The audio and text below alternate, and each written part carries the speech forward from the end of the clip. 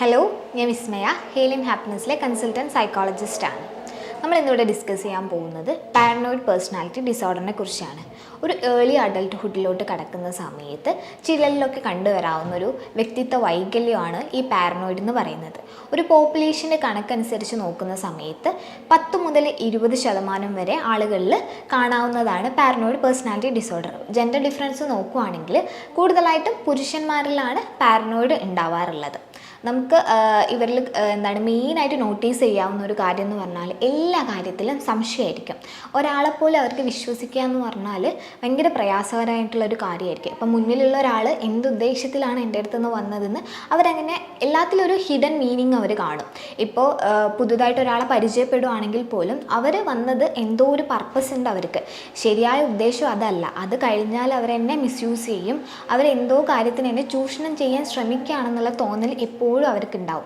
അത് കാരണം തന്നെ അവരെ എപ്പോഴും ആളുകളിൽ നിന്ന് മാറി നിൽക്കാനായിട്ടും ശ്രമിക്കുക. അതായത് സോഷ്യലി എപ്പോഴും ഡിറ്റാച്ച്ഡ് ആയിരിക്കും. അധികം കണക്ഷൻസ് ഒന്നും മെയിൻറ്റെയിൻ ചെയ്യാൻ അവർ ശ്രമിക്കില്ല. എപ്പോഴും അവർ ഒറ്റയ്ക്കായിരിക്കും. കാരണം ഓപ്പോസിറ്റ് നിൽക്കുന്ന ആൾ അല്ലെങ്കിൽ നമ്മളൊരു ഗ്രൂപ്പിലോട്ട് വരുന്ന ആൾക്കാർ എപ്പോഴും എല്ലാ കാര്യത്തിനും സംശയമായിരിക്കും. അതുകൊണ്ട് തന്നെ ആ ഒരു കണക്ഷൻ മെയിൻറ്റെയിൻ ചെയ്യാൻ അവരത്രത്തോളം ബുദ്ധിമുട്ടുണ്ടാവും. അപ്പോൾ ഓപ്പോസിറ്റ് നിൽക്കുന്ന ആൾക്കാരാണെങ്കിലും ഇപ്പം കൂടുതൽ ആൾക്കാർ അത്ര വിശ്വാസമില്ല. അതുകൊണ്ട് തന്നെ അവരും ആ കണക്ഷൻ അത്രത്തോളം കൊണ്ടു നടക്കാനായിട്ട് ആഗ്രഹിക്കില്ല.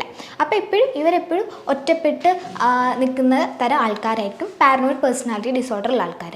പൊതുവേ പാരനോയിഡ് അല്ല, പേഴ്സണാലിറ്റി ഡിസോർഡറുള്ള ആൾക്കാർ തന്നെ സ്വന്തം ഒരു എനിക്കാണ് ഈ ഒരു ബുദ്ധിമുട്ടുള്ളത് അല്ലെങ്കിൽ ഞാനാണ് മാറേണ്ടത് എന്നുള്ള കാര്യമൊന്നും അവർക്ക് മനസ്സിലാവില്ല. ഇൻസൈറ്റ് ഉണ്ടാവില്ല. എൻ്റെ ഒരു ബുദ്ധിമുട്ടാണ് അല്ലെങ്കിൽ എനിക്കുള്ളൊരു പ്രശ്നമാണ്, എൻ്റെ പേഴ്സണാലിറ്റിയിലുള്ള ഒരു വൈകല്യമാണ് ഇത്തരം കാര്യങ്ങൾക്കൊക്കെ ലീഡ് ചെയ്യുന്നത്, ഞാനാണ് മാറേണ്ടത്, ബാക്കിയുള്ളവരല്ല ഇവിടെ പ്രശ്നമെന്ന് അവർക്ക് മനസ്സിലാക്കാനായിട്ട് പറ്റില്ല. അത് കൂടുതലും പാരനോയിഡിൽ നമുക്ക് നല്ലതുപോലെ കാണാൻ പറ്റും. കാരണം ബാക്കിയുള്ളവർ നല്ലൊരു ഉദ്ദേശത്തോടെ ചെയ്ത ഒരു കാര്യമാണെങ്കിലും ഇവർക്ക് എപ്പോഴും സംശയമായിരിക്കും. ഇപ്പോൾ എന്നെ എന്തോ ഉപദ്രവിക്കാൻ വേണ്ടിയിട്ടാണ്. എപ്പോഴും ബാക്കിയുള്ളവർ ഇയാൾ എന്തോ ടാർഗറ്റ് ചെയ്യുന്നുണ്ട്. ഇപ്പോൾ ഒരു ഗ്രൂപ്പിൽ നിന്ന് മാറി നിൽക്കുകയാണ്, എപ്പോഴും ഒറ്റപ്പെട്ട് നിൽക്കുകയാണെങ്കിൽ പോലും അധികം സോഷ്യലി മിങ്കിളാവാനൊന്നും ശ്രമിക്കാതെ ഒറ്റപ്പെട്ട് നിൽക്കുകയാണെങ്കിലും അവരിപ്പോൾ മാറി നിൽക്കുന്നത് പോലും ഇയാളുടെ ഒരു കുഴപ്പം കൊണ്ടായിരിക്കും. പക്ഷേ ഇയാൾ ചിന്തിക്കുന്നത് അയാൾ എന്തോ ടാർഗറ്റ് ചെയ്യാൻ വേണ്ടിയിട്ടാണ് ഇവരൊരു ഗ്രൂപ്പീസുമായി നിൽക്കുന്നത്. അങ്ങനെ അവർ ആ ഒരു മൈൻഡ് സെറ്റുമായിട്ടായിരിക്കും പോകുന്നത്. ആൾക്കാർ പൊതുവെ ഒരു മുൻധാരണയോടെ ആയിരിക്കും എല്ലാ കാര്യത്തെയും സമീപിക്കുക. അതായത് ഇവർ തന്നെ കണക്ക് കൂട്ടും, ഇയാൾ എൻ്റെ അടുത്തേക്ക് വരുന്നത് അല്ലെങ്കിൽ ഈ കാര്യം എന്നോട് ചെയ്യാൻ പറഞ്ഞതിൻ്റെ പിന്നിൽ എന്തോ ഒരു ദുരുദ്ദേശമുണ്ട്, എന്നെ ഉപദ്രവിക്കാനാണ്, അല്ലെങ്കിൽ എന്നെ എന്തോ ഒരു കാര്യത്തിൻ്റെ പേരിൽ ടാർഗറ്റ് ചെയ്തിട്ട് മാക്സിമം യൂസ് ചെയ്തിട്ട് അങ്ങനെ ചൂഷണം ചെയ്ത് ഒഴിച്ച് വിടുകയാണ്, അതിന് വേണ്ടിയിട്ടാണ് ഇയാൾ എൻ്റെ അടുത്ത് വന്നതെന്നുള്ളൊരു മൈൻഡ് സെറ്റായിരിക്കും ഇവർക്ക് ഉണ്ടാവുക.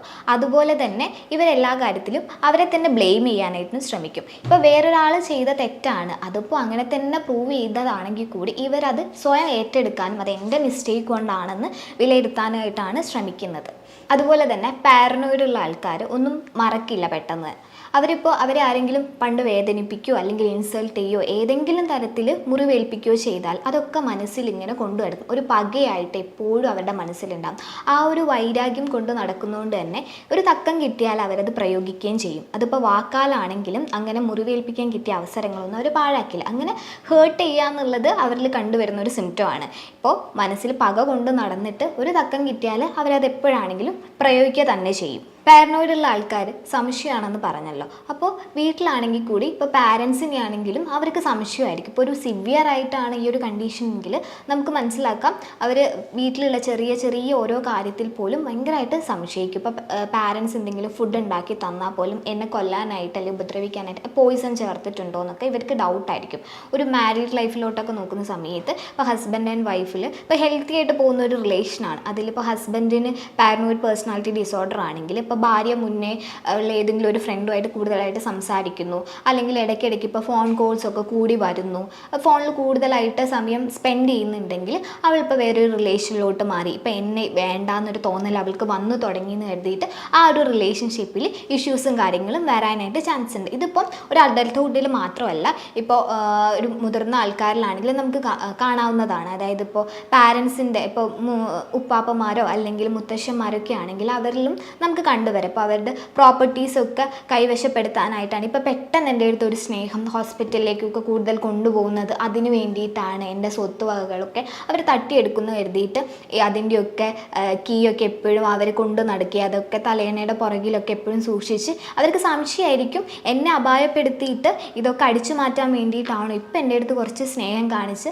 അടുത്തോട്ട് വരുന്നതെന്നൊക്കെ ഉള്ളൊരു സംശയം ആണ് അവരെ ഇങ്ങനെയൊക്കെ ചെയ്യിപ്പിക്കാനും ആ ഒരു തോട്ട്സിലോട്ടൊക്കെ ലീഡ് ചെയ്യുന്നത്. അപ്പം പാരനോയിഡുള്ള ആൾക്കാരിൽ നമുക്ക് മെയിനായിട്ട് നോട്ടീസ് ചെയ്യേണ്ടത് അവർക്ക് എല്ലാ കാര്യത്തിനും എല്ലാവരെയും സംശയമായിരിക്കും. ഒരു പെർട്ടിക്കുലർ സിറ്റുവേഷൻ ഒന്നും ഉണ്ടാവില്ല, എല്ലാ കാര്യത്തിലും അവർക്ക് പൊതുവേ സംശയം തന്നെയായിരിക്കും.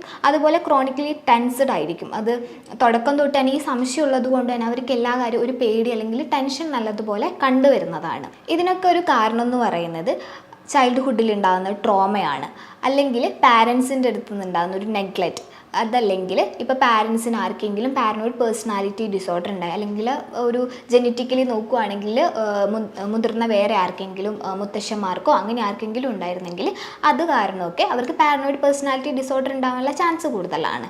ഇപ്പോൾ ചൈൽഡ്ഹുഡ് ട്രോമ നോക്കുകയാണെങ്കിൽ ഇപ്പം മുന്നേ അവർക്ക് ഒരു എക്സ്പീരിയൻസ് ഉണ്ടായി കുട്ടിക്കാലത്തൊക്കെ, അവർക്കധികം പാരൻസിൻ്റെ അടുത്തു നിന്നാണെങ്കിൽ ഇപ്പോൾ എന്തെങ്കിലും ഒരു ചെറിയ കാര്യം പറഞ്ഞാൽ അതിനൊക്കെ ഒരുപാട് എക്സ്പ്ലനേഷൻ കൊടുക്കണം. അവരെ ആരും ഒന്നും വിശ്വസിക്കുന്നില്ല. അപ്പോൾ അവർ വളർന്നു വന്നത് തന്നെ എല്ലാ കാര്യവും ഇങ്ങനെ സംശയിച്ച് മാത്രം നോക്കിക്കൊള്ളണം എന്നാണ് അവർ പഠിച്ചു വെക്കുന്നത്. ഇപ്പം എന്തിനാണെങ്കിലും ഒരുപാട് ക്വസ്റ്റ്യനിങ് ആണ് അവർ വളർന്നു വരുമ്പം കേട്ടിട്ടുള്ളത്.